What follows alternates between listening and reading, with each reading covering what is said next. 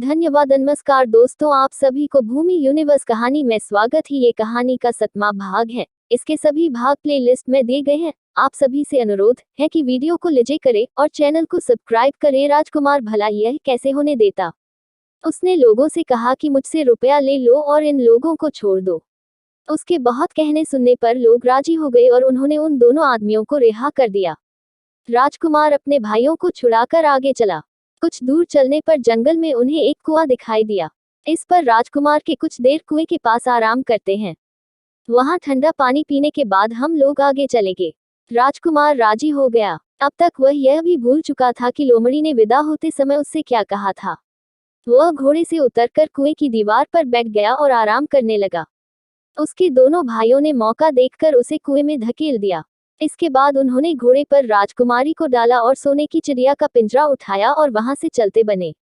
कुछ ही देर में वे लोग अपने राज्य में लौट आए। घर लौटकर उन्होंने राजा से कहा, हम लोग सोने की चिड़िया को पकड़ आए हैं। इसी चिड़िया ने हमारे बाग में से सोने के सेब चुराए थे। इसके साथ ही हम एक यह सोने का घोड़ा और राजकुमारी भी लाए हैं। राजा बहुत खुश हुआ। सारे राज्य के लोग खुशियां मनाने लगे, लेकिन राजकुमारी खुश नहीं थी। वह बराबर रोती रहती थी। उसने खाना पीना छोड़ दिया। यही नहीं, घोड़े ने भी दाना पानी बंद कर दिया और सोने की चिड़िया भी उदास रहने लगी। राजा ने बहुत कोशिश की, लेकिन न तो वह राजकुमारी खुश हुई और न सोने के घोड़े और सोने की चिड़िया ने दाना खाना शुरू किया।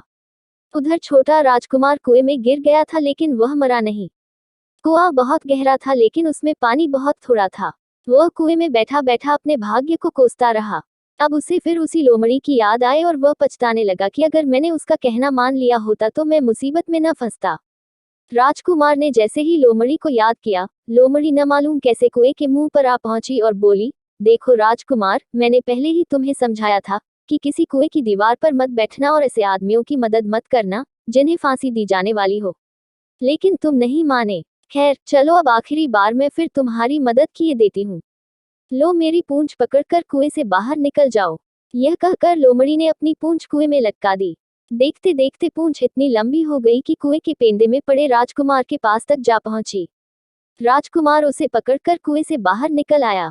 लोमड़ी ने उससे कहा, जाओ अब तुम अपने घर जाओ, लेकिन जरा होशियार रहना, तुम्हारे भाई तुम्हारी जान के दुश्मन हैं। वे लोग जरूर तुमको ढूंढ रहे होंगे। इसी के साथ मिलते हैं अगले वीडियो में, तब तक के लिए